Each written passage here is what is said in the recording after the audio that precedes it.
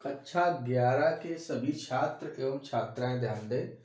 आज आपको इस मैथ की क्लास में कॉम्प्लेक्स नंबर से रिलेटेड प्रश्नों के हल आप लोगों को बताए जाएंगे और उनमें भी उस टॉपिक का इस समय पाठ चल रहा है जिसमें हम सम्मिश्र संख्याओं के a+ib फॉर्म को ध्रुवीय रूप में बदल रहे हैं। तो ध्यान दीजिए, हमने आप लोगों से कहा था कि कृपया इन प्रश्नों को आप लोग हल करें, लेकिन आप लोगों ने अभी तक हमें कोई रिस्पांस नहीं दिया है, जिसकी वजह से हमें इन सभी प्रश्नों को हल करना पड़ रहा है, जबकि ये प्रश्न अत्यंत आसान हैं और बहुत ही सरल हैं। दूसरे शब्दों में कहें तो आप लोग भी थोड़ा सा यहाँ पर अपनी तरफ से ध्यान कम दे रहे हैं, जिसे ध्यान देने की जरूरत है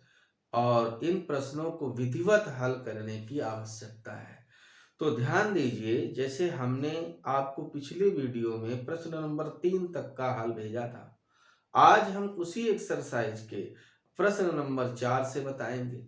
लेकिन हम आपको बता दें, जो इसकी अगली एक्सरसाइज है उसमें तो केवल बेटा एक ही सूत्र लगना है, वो भी श्रीधराचार्य का सूत्र। उस सूत्र की सहायता से हमें सारे प्रश्नों का हल करना है, पूरा करना है। तो अब आप कम से कम उस एक्सरसाइज को ही लगाना प्रारंभ कर दें, जिससे कि वो तो लग जाए, फिर उसके बाद केवल आपकी विविध प्रश्नावली बचेगी, उसको हम आपको हल करवा देंगे, जितने भी उसमें प्रश्न होंगे। और उनमें भी जो प्रश्न एक जैसे आ रहे हैं, कृपया आप लोग भी ऐसे प्रश्नों को हल करें, थोड़ा सा उनमें अपनी तरफ से भी प्रयास करेंगे, तभी तो ये गणित आएगी। हमारे प्रयास से ज्यादा आपका प्रयास सार्थक होगा। इन प्रश्नों को या किन्हीं भी प्रश्नों को, कोई भी प्रश्न हो, पहले आप लोग हल करेंगे, तब जब हम हल करेंगे तभी उसका लाभ है, अन्यथा उतना लाभ नहीं मिलेगा जितना वास्तव में मिलना चाहिए। तो ध्यान दें, हमने प्रश्न नंबर 4 जैसे बोर्ड में लिखा, वो क्या है, -1 + i। हमें इसको किस रूप में बदलना है, ध्रुवीय रूप में बदलना है। तो यहाँ हम लोग ऐसे रख देते हैं, क्या लिख देते हैं, ध्रुवीय रूप में बदलने पर, क्या लिखते हैं, ध्रुवीय रूप में बदलने पर। तो -1 + i = r cos θ + i sin θ, ऐसे रख देते हैं। फिर क्या करते हैं, आपको पता है, अंदर अंदर इसका गुणा करा देते हैं, r cos θ + i × r sin θ, ऐसे रख देंगे। बाद में दोनों पक्षों के वास्तविक तथा कौन से, काल्पनिक मानों की तुलना, वास्तविक तथा काल्पनिक मानों की क्या करने पर, तुलना करने पर। अब आप कहोगे सर इससे क्या लाभ है, वो अभी आप देखेंगे। तुलना करने पर तो वास्तविक वो होता है जिसमें आई ना लगा हो, और काल्पनिक या अधिकल्पित वो होता है जिसमें ये जैसे आई लगा हो गुणा में। तो अब इधर का वास्तविक भाग r cos थीटा, तो इधर का -1, यानी r cos थीटा = -1। इसको आप डाल दें समीकरण नंबर 1, क्योंकि अभी तक तो कहीं डाला नहीं, 1 नंबर। वास्तव में तो आप इसे 1 नंबर डालें, क्योंकि अंत में जवाब तो यहाँ देना है, और आप इसे 2 नंबर डालें। और दूसरे की जब तुलना कराएंगे तो r sin थीटा बराबर आपको +1 मिलेगा, क्योंकि ये r sin theta plus into में i लगा है, और यहाँ पर i का गुणांक जब कुछ नहीं होगा तो 1 होगा। इसको हम डाल देंगे नंबर 3। अब हमें इन्हीं 2 नंबर और 3 नंबर नाम के जो समीकरण है, इन्हीं को हल करना है।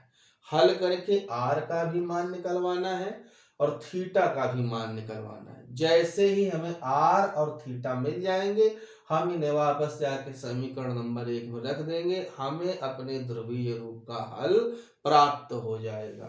तो क्या करें हम, कैसे प्राप्त करें। अभी तक आपने देखा है कि इनका वर्ग करके आपस में जोड़ देते थे, यानी समीकरण नंबर 2 तथा 3 का वर्ग करके आपस में जोड़ने पर, वर्ग करके आपस में जोड़ने पर ये हमें करना होता है। तो ध्यान दें, जैसे ही वर्ग कराओगे और जोड़ोगे तो एलएचएस को किससे जोड़ोगे, एलएचएस से, यानी r square cos square theta plus r square sine square, -1 का वर्ग करोगे तो +1, 1 का वर्ग करोगे तो +1, आर स्क्वायर कॉमन ले लोगे, जो कोष्ठ में बचेगा cos square theta plus sine square theta, उसका मान होता है 1 इज इक्वल टू 2, यानी r square is equal to 2।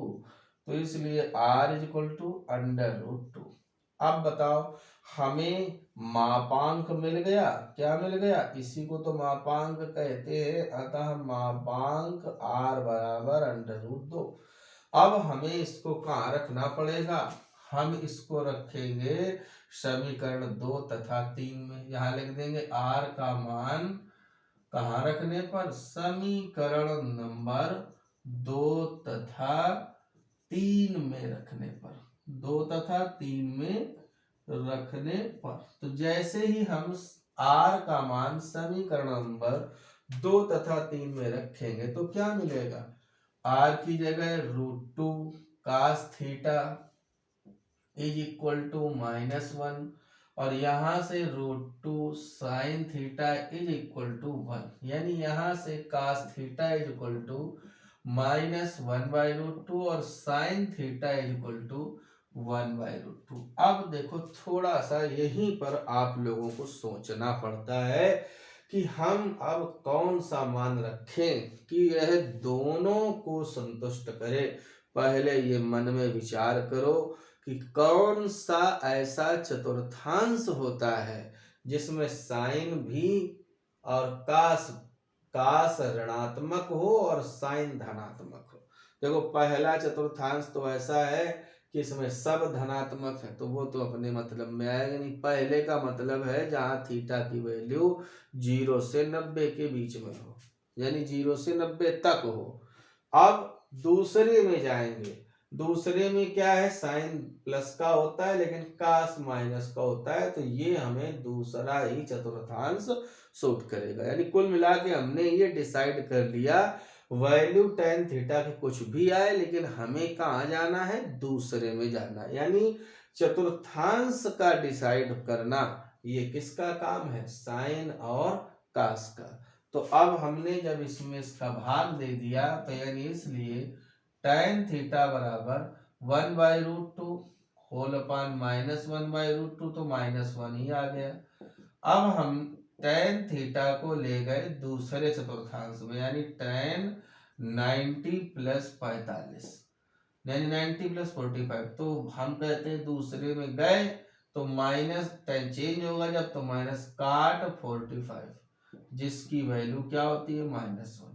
तो इसलिए हम थीटा बराबर क्या रख सकते हैं, अब अगर आप थीटा की तुलना करेंगे तो tan थीटा बराबर tan 90 + 45। ये तो अब आपको हमें पता करना चाहिए आप लोगों को, किससे, त्रिकोणमिति के माध्यम से। तो ये हमें पता चला कि ये 135 अंश आएगा जोड़ने से, और जिसको अगर हम चेंज कर लें तो 135 में गुणा पाई का 180 से भाग, तो 45 तिरका 45 चौको, तो 3π/4। तो बोलो, हमें थीटा भी आ गया और हमें r भी मिल गया। तो जब हमें ये दोनों मान मिल गए तो हम वापस जाकर के कहा, इसलिए समीकरण नंबर 1 से, कहां से, समीकरण नंबर 1 से या 1 में मान रखने पर, किसके किसके, r व थीटा के मान रखने पर क्या मिल जाएगा, -1 + i is equal to r की जगह √2 और cos थीटा की जगह cos 3π/4 प्लस i sin 3π/4। तो बस यही हमारा आंसर है और यही इसका ध्रुवीय रूप है। अत्यंत सरल पार्ट है बेटा, इससे सरल कुछ हो नहीं सकता, आप ये समझ लीजिए। तो इसी तरह से आप लोग भी इन प्रश्नों को हल करेंगे। चलिए हम एक प्रश्न आपको और बताते हैं। ये था प्रश्न नंबर जैसे 4। प्रश्न नंबर 5 भी हम बता सकते हैं, लेकिन वो तो लगभग ऐसा ही है। तो प्रश्न नंबर 5 हम छोड़ देते हैं। प्रश्न नंबर 6 की बात करते हैं, जहां केवल और केवल ऐसे लिखा है -3। कुछ भी लिखा हो, ये है तो a प्लस आई बी रूप में a-3 प्लस 0 इंटू आई लिख सकते हैं। तो यहाँ ऐसे रख देना, माना -3 plus 0 into i is equal to r in bracket cos theta plus i sine theta. कब? जब हम इसको ध्रुवीय रूप में मानेंगे। इसके बाद आपको पता है बार बार हम भाषा लिख ना पाएंगे, वो एक ही बार लिख दिया है। क्या करना होता है? वास्तविक तथा काल्पनिक मानों की तुलना। तो जैसे ही आप तुलना कराएंगे तो r cos theta is equal to क्या मिल जाएगा? -3, और r sin theta is equal to क्या मिल जाएगा? 0। आप देखिए, यहाँ से गुणा कराओगे, तुलना कराओगे तो i की गुणा में क्या लिखा है? 0। अब अगर आपने दोनों का वर्ग भी किया, वर्ग करके जोड़ा तो क्या मिलेगा? R square cos square theta plus r square sine square theta. R square common लेते तो अंदर बचता cos square theta plus sine square theta, उससे क्या मिलता? 1, और बराबर सिर्फ -3 का स्क्वायर मिलेगा, यानी 9।